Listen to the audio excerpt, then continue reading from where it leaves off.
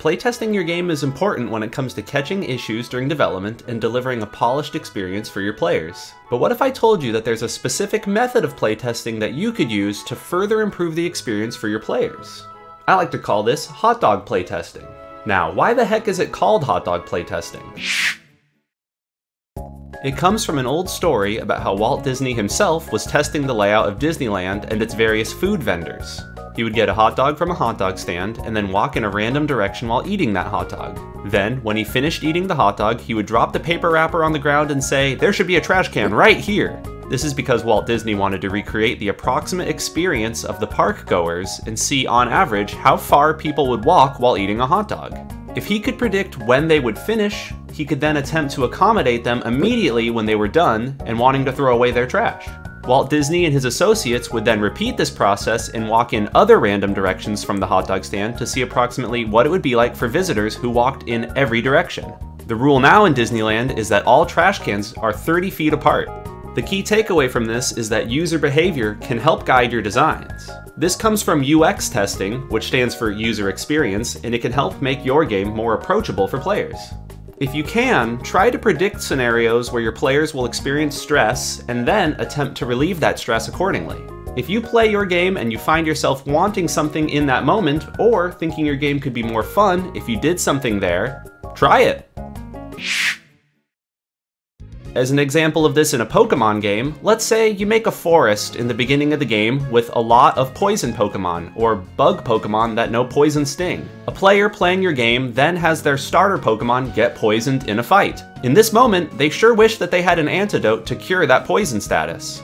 As a designer, were you able to predict that this moment could happen? Was there an antidote at the start of the forest? Were there any other items that the player could have picked up or bought to cure this poison at this point in the game? Is there a healer NPC anywhere around? This leads to the core thesis of hot dog playtesting. It feels bad as a player to be presented with a negative scenario and not have the ability or tools to combat that scenario in that moment. It feels bad to finish eating your hot dog and be holding the paper wrapper in your hands but not see any trash cans around. Do you choose to litter in that moment? Some people might. It feels bad to have your Pokemon poisoned with no way to cure it.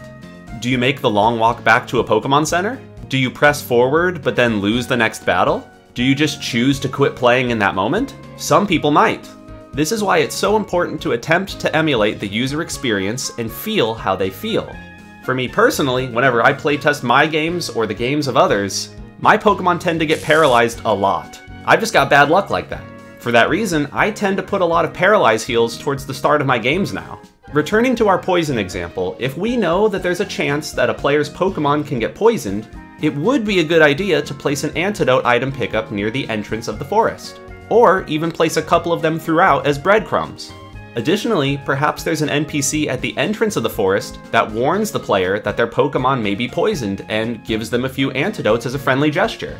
Or perhaps this NPC chooses to sell antidotes to the player instead.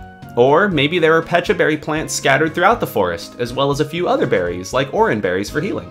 Or maybe there's a farm before the forest where there's a farmer there specifically growing and selling Pecha berries to trainers just because so many people get poisoned in the forest and they need to come to them for healing. In general, it's impossible to predict and alleviate 100% of the issues that may occur for players just because games can be played in so many different ways. However, using the hot dog playtest method is a great first step towards ensuring your games are more approachable. This may feel obvious, but I promise you, there are plenty of games that I've played over the years where I can tell that a hot dog playtest was never done. I mean, at the very least, put a healing spot at the start of your game. In some games, deprivation or starvation are themes or core gameplay mechanics, so take that into account when playtesting. Are there any points in the game where you feel that the player has too many resources and you would want them to have less? I recommend you write down all of your feedback thoughts and then consider ways that they could be remedied that benefit the player the most. Players will appreciate a game that feels like it's listening to them and responding to their actions. Think like a player when playtesting your game and be mindful of your own emotions. Ask yourself if you're having fun, and if you're not, ask yourself what you can do about it.